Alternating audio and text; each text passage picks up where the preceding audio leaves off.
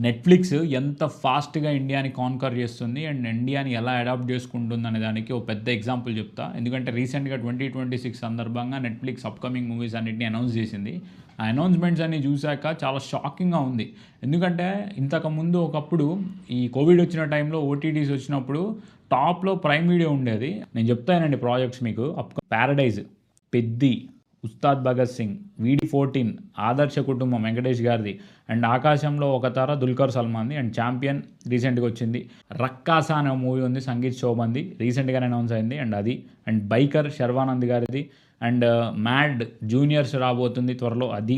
And Netflix original content అంటే మనం ఎలా అయితే సినిమాలో ప్రొడ్యూస్ చేసి థియేటర్లో రిలీజ్ చేస్తారో నెట్‌ఫ్లిక్స్ వాళ్ళు వాళ్ళే ప్రొడ్యూస్ చేసి నెట్‌ఫ్లిక్స్‌లోనే డైరెక్ట్‌గా రిలీజ్ అవుతాయి.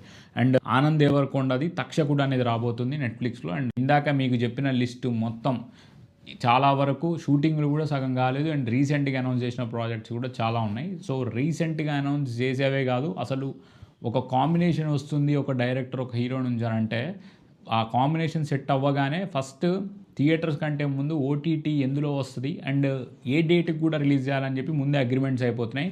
అంత ఫాస్ట్గా నెట్‌ఫ్లిక్స్ ఎక్వైర్ చేసుకుంటుంది మూవీస్ని. దీనివల్ల లాస్ ఆఫ్ ప్రాఫిట్ అంటే ప్రొడ్యూసర్స్కి ఒక అందుకు బెనిఫిటే. ఒకవేళ సినిమా యావరేజ్గా ఉంటే నెట్‌ఫ్లిక్స్ నుంచి ముందే ఒక అనుకున్న అమౌంట్ వస్తుంది కాబట్టి వాళ్ళు సేఫ్ సైడ్లో ఉంటారు. కానీ ఇది కొన్ని ఇయర్స్ తర్వాత చాలా నెగిటివ్ ఇంపాక్ట్ క్రియేట్ చేస్తుంది. సినిమా ప్రొడ్యూసర్స్ కంటే కూడా నెట్‌ఫ్లిక్స్ అండ్ ఓటీటీ ప్లాట్ఫామ్స్కే ఎక్కువ రైట్స్ ఉంటాయి ఆ సినిమా మీద అండ్ వాళ్ళకి ఎక్కువ కమాండ్ ఉండే రోజులు కూడా వస్తాయి.